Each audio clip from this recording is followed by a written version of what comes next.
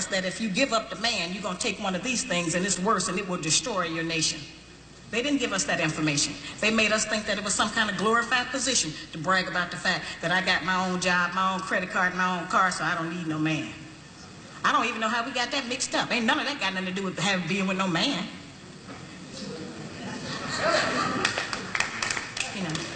We have some serious relationship problems that nobody has been able to address us on because everybody wants to pretend that this is not going on.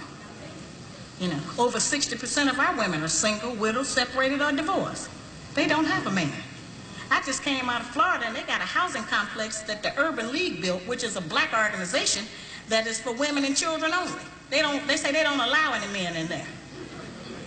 I didn't have time to deal with it, but I talked about them real bad. That's the silliest program I've ever heard of. You know them women that had men if they got a bunch of children. They need fathers. They need protection. We hear about the drug problem that we have in our projects across the country. It's one of the major places that we have a drug problem. We talk about the great strength that we have as black women. Well, the welfare department don't rent government apartments to single black men. Those apartments belong to black women who are allowing this to go on in their home.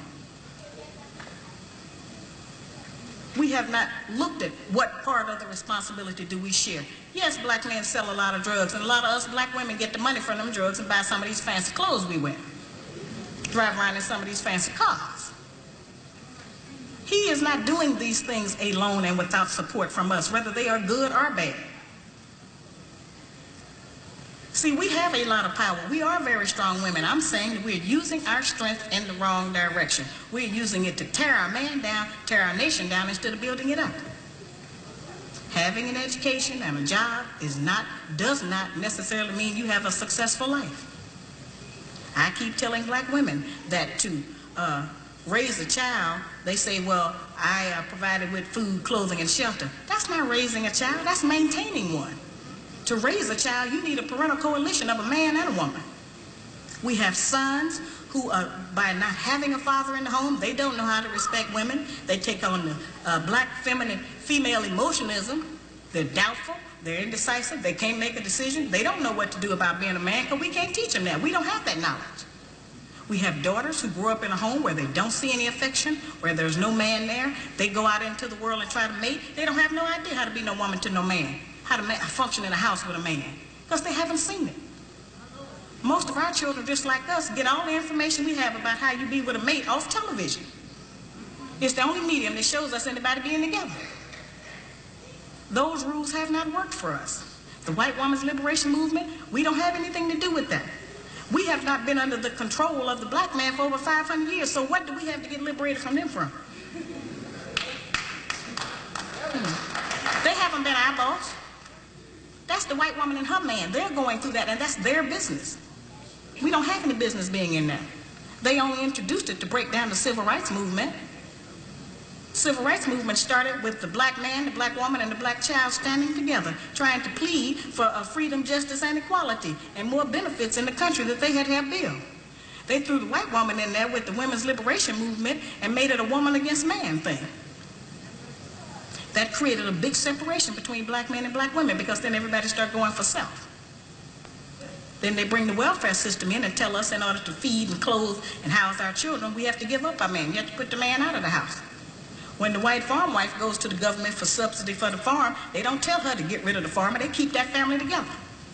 But in the black community, they make it a requirement, because they want to keep endorsing into the black community that the black man is no good, and that he is not deserving of respect, he is not deserving of us letting him give us any protection or instruction, and that we are better than them.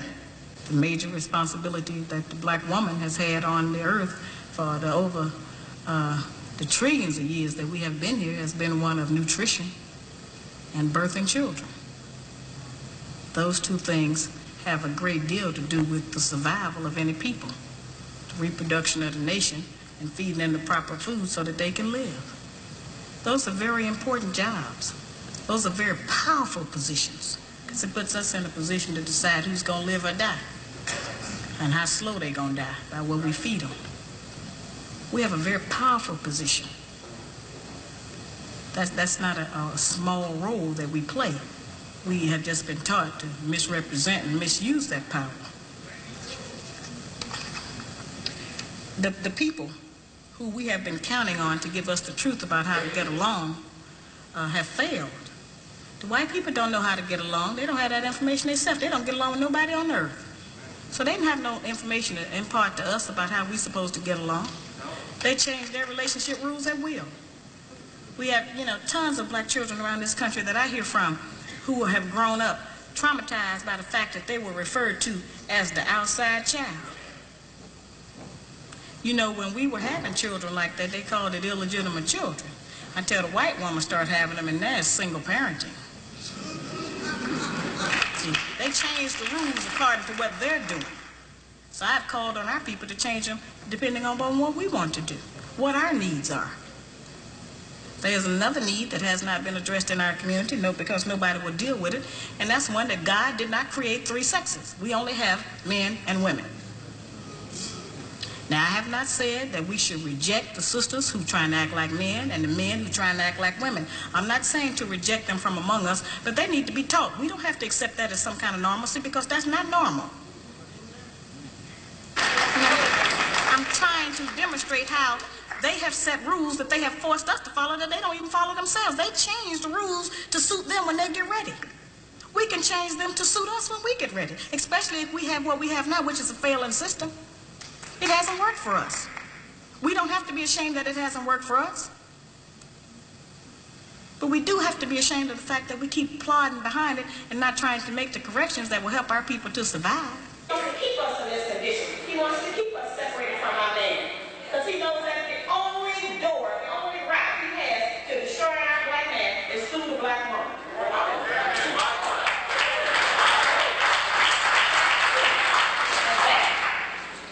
Doesn't matter what the woman's educational background is.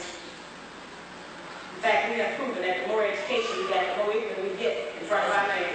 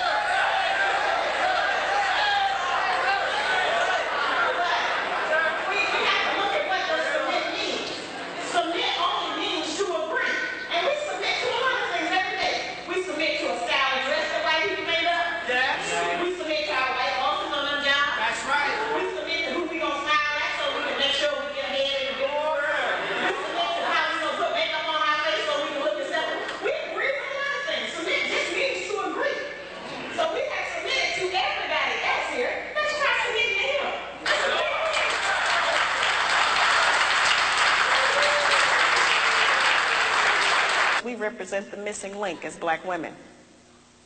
The black man has been dissected, examined, the white man, the white woman, and the black child.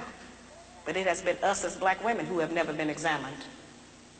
We have been protected, we have been insulated, we have been kept from any kind of criticism about our personal behavior in the home and outside of the home, and we have been given the false compliment that we are the backbone of the black nation.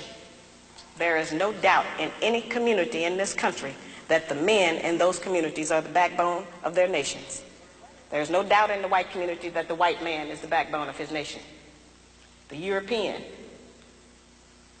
the Buddhist, the Korean, the Japanese, the Hispanic, all of those men are the backbones of their community, and there's no doubt about it.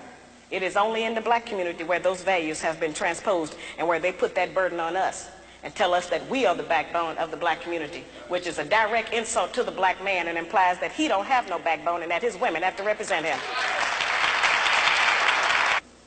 I remind people all the time that God did not make the white man, the white woman, the black woman, and then the black man. He made the black man first, and he created all the rest of the people after him. In 1985, I was going about the country trying to still work to teach our people something, trying to get them to stop eating pork.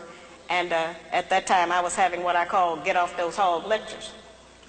And I would take the microscope out and I would show black people how even if you cook pork, you couldn't kill the worm. I would show them that the worm was still alive in the meat after heat, because that's what they told us, that you could cook it and kill the worm. And so I would show them what it did to the brain and the spinal column. And so there were many black men who wanted to stop eating pork. They wanted to change their diets, and they were in agreement. But it was the black woman who I found who was the most adamant, who refused to change her cooking habits, who didn't want to shop differently, who didn't want to do any different meal planning. And so I say, well, now, if we are refusing to provide the black man with the proper physical food when we know food is what sustains life, then what else are we keeping from him?